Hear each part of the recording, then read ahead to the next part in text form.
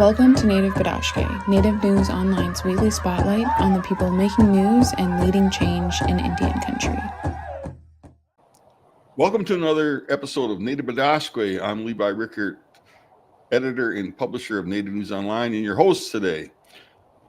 About 6 weeks ago, we had Lydia Lerma on, and she was the lady out of Colorado who has gotten some really good success this year with a podcast that was on Apple called The Hunter. And Lydia's back with us today. We just want to continue the conversation. And just for those who may not have seen the first one or need a refresher, in the podcast series, Lerma tells the story of how her son, who was sexually molested when he was only 6 years old, and how she traveled down to Mexico using her own funds to get justice for her son. The podcast was produced by BBC, and Lydia is here today to continue our conversation. Welcome back to Native Bidaské, Lydia. How are you? I'm doing well. Thanks for having me back. Yeah, and that last podcast was really well received by our viewers. So I actually ran out of time. I don't often have that happen, but I did want you to come back because, you know, everything that's going on and how your son's case is so dealt with a child being sexually molested and everything that's going on with the Epstein files. I just think we can have a good conversation, good dialogue about that today. And I do have a question, though, separate from the Epstein thing. What advice would you give other parents or guardians who may suspect or learn that their child has been harmed by somebody they trusted? I think the most important thing is to ensure that the child has the help and support that they need immediately. One of the first things I did was I got my son connected to a trauma specialist, and that's the most important thing, is your child's health and well-being. Now, whether you choose to pursue legal matters, that's another situation, and obviously the trauma specialist is a mandatory reporter, so they have to report what's happened, and you're going to get involved into the legal process. One of the mistakes I think some parents often make is when they do hear that this has happened with their child, they confront the person. And this has happened in a few of the cases or the clients that I work with, is that they confronted the person who molested their child. And then what happens is that person gets a head start. They end up fleeing, they run, and then it turns into a case of tracking a fugitive. And so if they can hold back from confronting the person, get their child connected to a trauma specialist and involve the police at that point, and let the police handle the situation. Let them confront the person, because that's where things get complicated. That's where things, I have a case out of Texas, where a mother confronted her husband who had been sexually molesting their child since she was 5 years old. And the daughter ended up sharing with a friend, who then told her mother, and then the mother told the other mother, and she confronted him. Well, that man has fled, and we suspect he's in Mexico at this time. So hold back from confronting the accused, go to law enforcement and get your child the mental health services they're going to need. Yes, thank you for that answer. And for parents, what precautions can they take to protect their children from predators? Always trust your gut. That's the most important thing. I've been through trainings with law enforcement where they have trained law enforcement to also trust their gut, because in 96% of the cases or situations, your gut is correct. So if a parent suspects that something is happening, or they just have like a gut feeling that doesn't feel right, trust it. Don't put your child in continued risk. And that's a mistake I made. I had every red flag was up in front of me. But for me, my issue was I didn't want to use my children as pawns and tell their father, well, you can't have them until you deal with your roommate. Because I knew the time that my children had with their father was really important. So I didn't put my foot down. I didn't say, okay, get rid of your roommate and then you can have the kids back. That was my mistake. But I think if a parent has a gut feeling, the other parent needs to listen to that as well. My children's father, he dismissed my concerns because he thought I was paranoid because I'm a sexual abuse survivor. So he would dismiss my concerns. And that was a frustration that I had, that, he wouldn't listen to me, and our children continued to spend time at their father's place, and the abuse continued to happen. So trust your gut, listen to your children. Another mistake that parents make is we silence our kids. We will sit there and say, oh, I would kill if somebody did this. I would kill, and I would do this, and I would do that. Our children hear that, and they process that, and they have the ability to think it through and say, okay, well, if I go and I tell my mom, she's going to go kill him, and then my mom's going to go in jail, get put in jail. My son actually said that to the court during his victim impact statement. He said he was happy that I didn't kill Vanderwall because he didn't want me to go to jail. He was only 8 years old at the time that he spoke in front of the judge. So at 6 years old, he had the ability to think that through. And there's a reason he told his father, and he didn't tell me, because his father had never said anything like that. But I inadvertently silenced my son. He had plenty of opportunities to tell me, and he never did because he was afraid of the outcome. He was afraid of what I would do. So parents need to refrain from saying things like, oh, I would kill, and I would do this if anything like that ever happened to you, because it scares our children. And they don't want to tell us then, because they don't want us to take matters into our hands. Yes, and it's a heavy-duty subject, and thank you for that answer. Hey, through all the trauma, investigations, and healing, how has this journey changed you as a person, as a mother and a member of your community? It put me on a path that I don't think anybody ever wants to be on. I never had any intention of being a sexual abuse survivor advocate. I was perfectly happy living in my supply chain world, going to work every day, coming home, being a mom, taking my kids to their sporting activities, homework, whatever. I was an advocate in other areas for like multicultural education and for working mothers and for supporting women who are breastfeeding their children so that they have private spaces in their work environments. So it was things like that, more around parenting and motherhood and supporting working parents. So when this happened and my case went public in 2018 and other parents started to reach out to me, that's when I knew my path had changed, that I needed to be there for other parents that were going through a similar situation, because it is very isolating. It's scary, and you're depressed, you're dealing with all of this trauma, and you're trying to maintain a sense of normalcy with your family. You're trying to also take care of your children. My son was not the only one going to therapy. My girls were also in therapy. I was in therapy. So shuttling people, our family, to all of our therapy sessions, and then, having to do the basics, make dinner, get the kids bathed, get them to whatever activities they have, get them to school. You're just trying to function. And it's such a challenge going through that. So I knew I had to be there for other parents. I knew that I had to help them navigate what this process was going to be like, and also give them hope that there is healing. Yes, in the moment, it is horrible. And I had pointed out my gun cabinet to you here a little bit ago, and I shared this in the podcast, that I have my concealed carry at the top of my cabinet, and that cabinet used to be outside of my bedroom door. There wasn't a day that I didn't walk by that cabinet and think about pulling that firearm and putting it to my head, because I was so depressed. I was so devastated. I was so traumatized at what happened to my son, and it also reopened my own wounds. So having gone through that process and having felt so alone, I knew I had to be there for these other parents. Yes, very difficult disruption to you personally and to your family.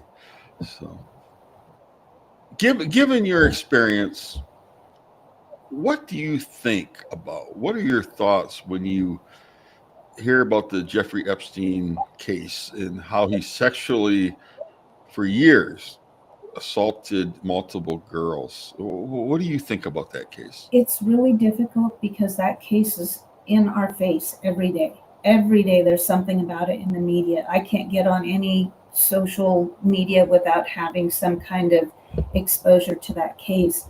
And for me, the frustrating part of it is that it wasn't just Jeffrey Epstein. He was trafficking these girls, these children, and boys too. He was trafficking them and providing them to all of his associates, to all of the people that went to Epstein Island, all of his close friends, his business partners, people that he worked with. The list, I'm sure, is lengthy. And all of the people that were involved in sexually assaulting those children should be held accountable at some point. The challenge is that these are very wealthy people. These are very powerful and influential people. And it's going to be difficult, but the truth will eventually come out. The victims are still alive. There are women now that they have found their voice. They found the courage to come forward. They had a press conference not too long ago where several of them came forward, and they've talked about creating their own list separate from the Epstein files. So we need to listen to the victims. We have them available to us. They're there, and they need to be heard. They need us to listen and to then hold those people accountable. Yeah, and I'm going to ask you a rhetorical question. Has justice been given to the victims? Absolutely not. And I don't know if justice is ever fully served. There's a certain satisfaction knowing that the man who abused my son is spending 24 years to life in prison. But he doesn't carry the scar of the trauma. The thing about sexual assault is it doesn't only affect the person who was assaulted. It affects every person in our circle. It affects every person who loves us or will love us at some point in our lives. And I can tell you to this day that my sexual abuse contributed to my 2 failed marriages, absolutely contributed. So those 2 men who loved me and wanted to be my husband, they suffered too. They suffered because I carried that trauma with me, and I carried it into our intimate moments, and I carried it into just, my everyday life. And even with as much healing as I've been through and I've done to this point in my life, it still affects the people that love me. So it's not just the one person who was sexually abused, but it's every single person in their life, their parents, their children, their partners. I think about the girl out in Utah with the BYU baseball player who had been sexually abusing her since she was 7, and how he was let off with, I think he only got, I can't even remember what his sentence was. It was like probation. He didn't even have to serve any jail time. And I think about her and her family and how, she's a teenage girl right now. And someday someone's going to love her, and they're going to have to overcome that trauma that she's been through. So yeah, sexual abuse, it's not just about those individual women that are coming forward, but every single person in their family and everybody that loves them. And back to the Epstein case, it appears certain people are just turning even members of Congress. What do you think about that? Is that just deplorable to you, or what are your thoughts? People have turned a blind eye because of their political affiliation. They have turned a blind eye to what has happened, and they've dismissed they've dismissed the accusations. They've dismissed the adjudicated cases. Look at Donald Trump. How many women have accused him of sexual assault or some type of sexual misconduct? It's in the 20s. There's an adjudicated case where he was charged with the sexual misconduct with E. Jean Carroll. And that case, that was a civil case. It wasn't a criminal case, but it was a civil case. And people will flat out say, I don't believe it. And they'll absolutely dismiss what those 20 some women who have come forward and made those accusations. And I asked them, I've asked men this, how many times have you been charged with sexual assault? How many times have you been accused of sexual misconduct? And a lot of the men in my circle, they'll say, I never have, 0 times. The reason why is because they don't sexually harass women. They don't sexually assault women. Women don't make these accusations just because. And then they want to make the argument that, oh, they're going after his money. Well, I can tell you, I can provide you a list of multiple billionaires that have never been accused of sexual misconduct because they don't do that. Warren Buffett does not sexually harass women. He's never been accused of it. There's the CEO for NVIDIA. He's never been accused of sexual misconduct, to my knowledge. So they want to make every excuse to dismiss these charges or these accusations against the people that they politically align with. And that's wrong. You know, we need to hold everybody accountable. I don't care if it was Jesus Christ himself who was being accused of it. You better follow up with those accusations and investigate it. Mm-hmm. Yeah, and I think that in the case of so often, I think people we respect, and in this case, there's a big segment of the society of American society that just thinks Donald Trump can do no wrong, and it's similar to when you hear cases of police brutality, we always want to take the side of the police. I remember Bill Cosby case, right? When that first started breaking, man, it's just like he's the cause, and he wouldn't do that, and this happened 10, 15 years ago, whenever, and then all of a sudden, it started falling like dominoes, and I can't remember the exact number, but it was up there, dozens and dozens, and one thing I guess in my training when I worked in corporation is once you learn about, you keep hearing the same story over and over from other parts of the country, or there's no way people related and collaborated on these stories. There has to be some truth to it, and I think that I think in the case of this current president, I think people really need to take a hard look, no matter what they feel about their politics or how much they love him, think he's divine, given by Christ to save the world, which I don't believe that. But your thoughts on that? Yeah, Lydia?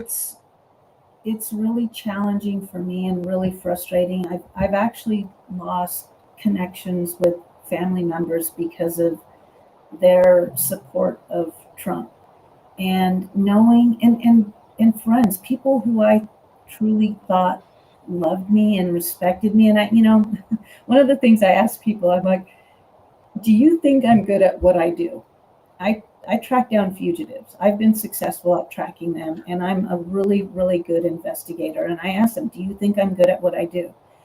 And they're like, yes, absolutely, Lydia, you're great at what you're doing. And then I ask them, why don't you believe then when I present you evidence about Donald Trump's sexual misconduct? Why don't you believe it? Because it doesn't align with their political views.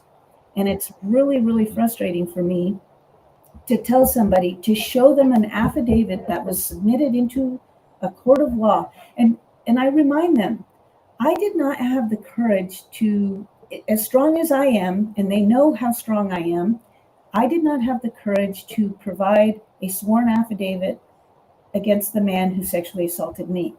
I did not do that until he was actually convicted of his crime, and I provided a victim impact statement, and I provided a sworn statement on that victim impact statement. That was after the fact. So here's a woman who came forward to share that she had been sexually assaulted at the age of 13 years old by Jeffrey Epstein and Donald Trump. And she provided that. That was back in, I want to say 2016 when that happened in New York. And yet people don't want to believe it. And then her family was threatened. She was threatened. So of course she's going to step away. And she tried to get legal protection so that, they couldn't threaten her and her family. But again, you're dealing with billionaires, people with a lot of money, very powerful. Shoot, we see it all the time. People pay, $1,000 to have somebody murdered. In my case in Mexico, they told me $5,000 would have had him buried and never seen again. So it's not, it doesn't cost a lot to hire somebody to do something to someone that you want hurt. And so, of course, the women that have been threatened, they're going to step away for fear of themselves and their family. And it has been frustrating. I've had people that I thought were sensible people that I thought loved me and respected me and cared about, because this is triggering. Having to see this Epstein stuff all the time, it's like constantly on my mind and reminds me of my own situation. And how do I function? How do I continue going through all of that and live a normal life when it's in my face every day? And here these people voted for Donald Trump. And I just sit there and I'm like, wow, I cannot believe you would dismiss every single person's allegation against him and still think that he's the person you want to represent you and to lead your country. Yeah, and during the 2016 presidential campaign, and the Access Hollywood tape was released with Billy Bush, and I remember that women were really giving Trump a pass, saying, well, it's just locker room talk. And I think that a lot of times women, for whatever reason, will let men off the hook because that's just how men are. What are your thoughts about that? Should we be letting men off the hook? Absolutely not. I remember when that came out, and I was working at a high-tech company in a pod with 3 men. And I remember when everybody was trying to excuse those comments, those statements that Trump had made about married women and about women, letting celebrities do whatever they want. And I looked at the 3 men that I worked with and I said to them, I can't ever imagine any of you ever talking like that in a locker room, because none of them would. They don't, not all men talk like that. Very few men actually do, and most men will put them in their place if they do. So there's no excuse. That kind of talk is so inappropriate. It's so unacceptable. And as you had stated at one point, any other politician would have been buried if something like that had come out about them speaking like that.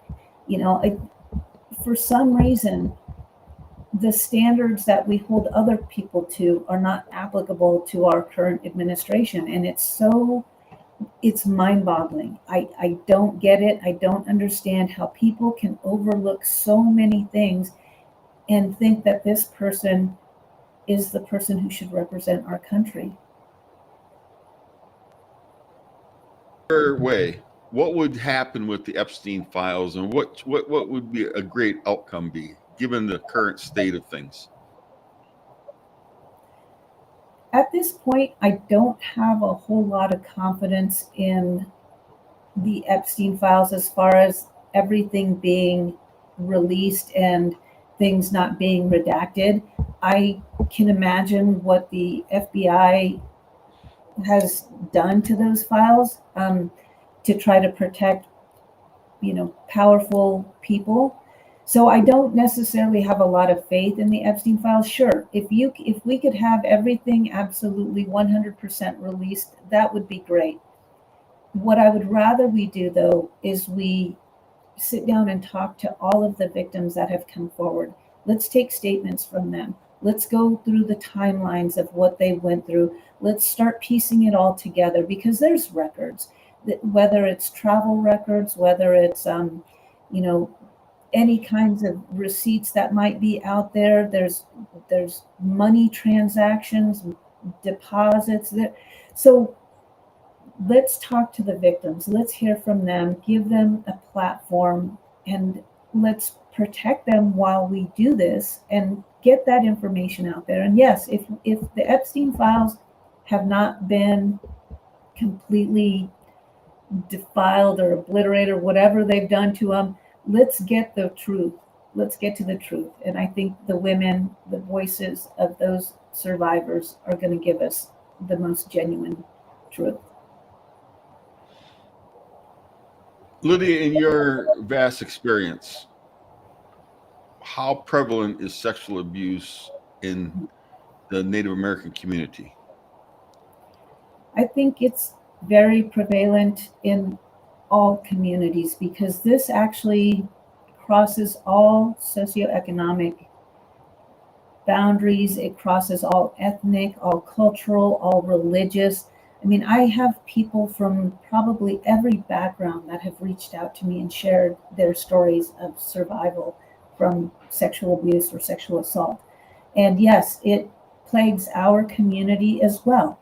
And unfortunately, as in other communities, the accused often get protected. We have families, we have tribal police who are related maybe to an accused person. And so there's a lot of protections that step in, and we don't want to hold them accountable. And I can guarantee you that there's mothers out there that are going to protect their sons. They're oh, he could never have done something like this, and they're going to try to discredit the person that has come forward. But the truth is, it exists, and I think it happens equally to both boys and girls. In my experience, and with what I've heard and the number of adult men that have reached out to me and shared their stories, I think it truly happens equally to boys and girls. The difference is that girls, as we become women, we tend to talk about it. Whereas boys that become men,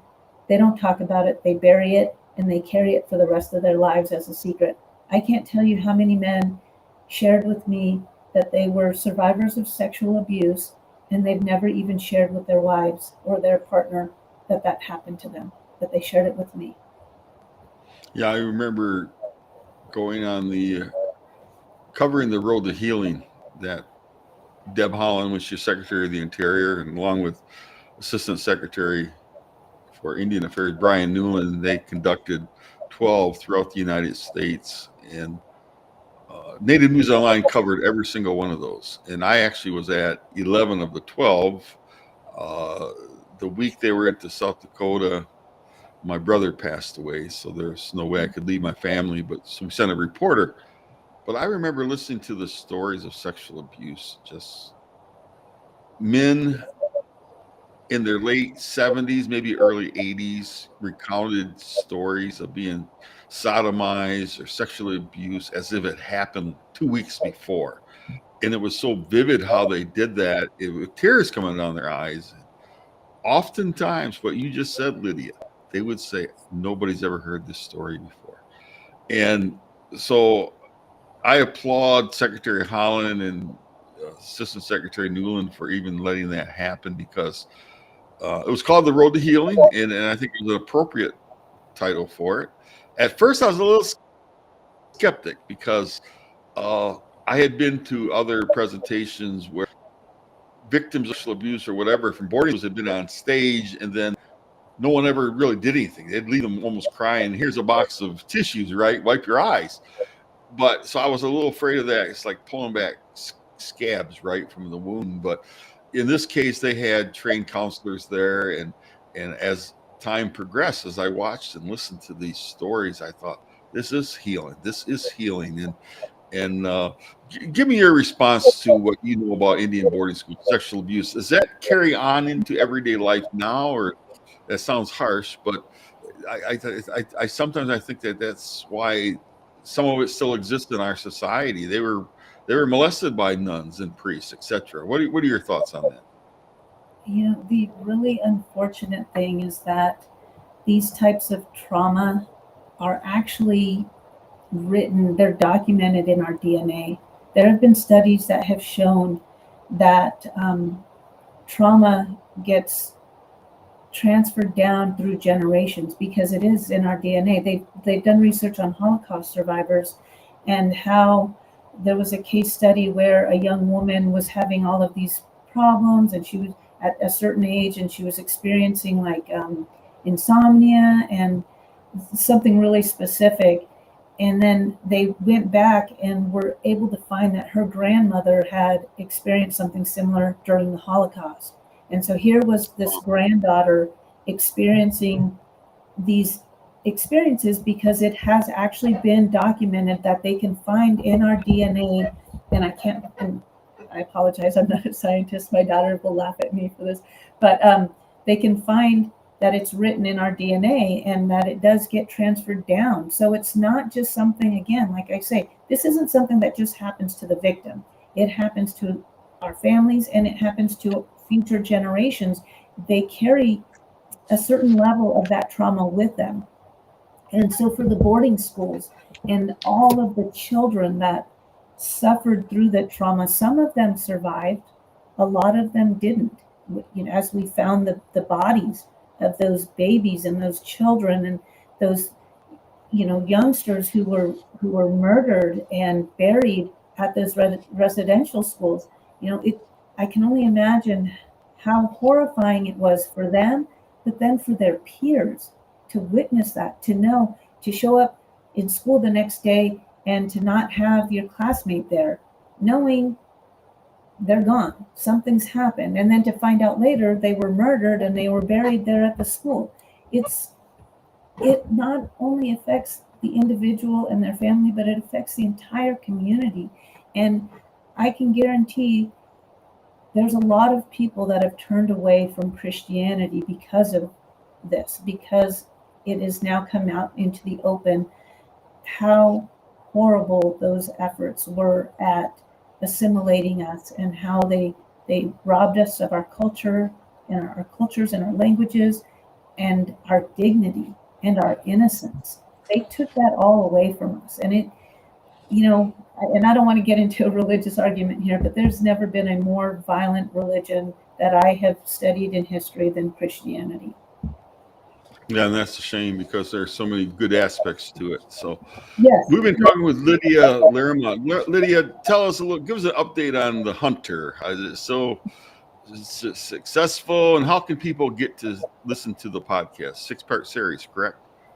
Yes, and we recorded a bonus episode here recently that will probably be released within a week or two.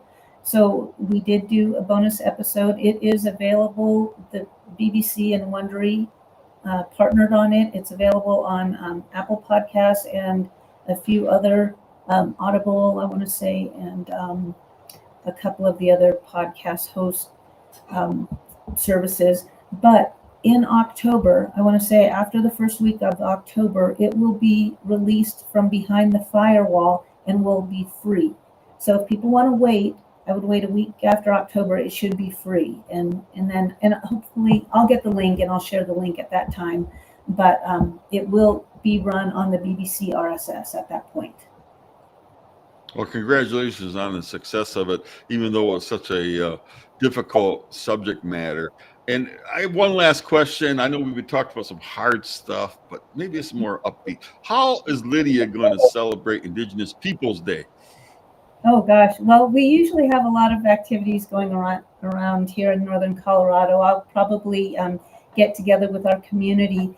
Now, we also just recently opened a First Nations Peoples Community Center here in Fort Collins, Colorado. We had our initial opening just a couple weeks ago, and then we'll open it to the greater community here soon. But that was a huge success.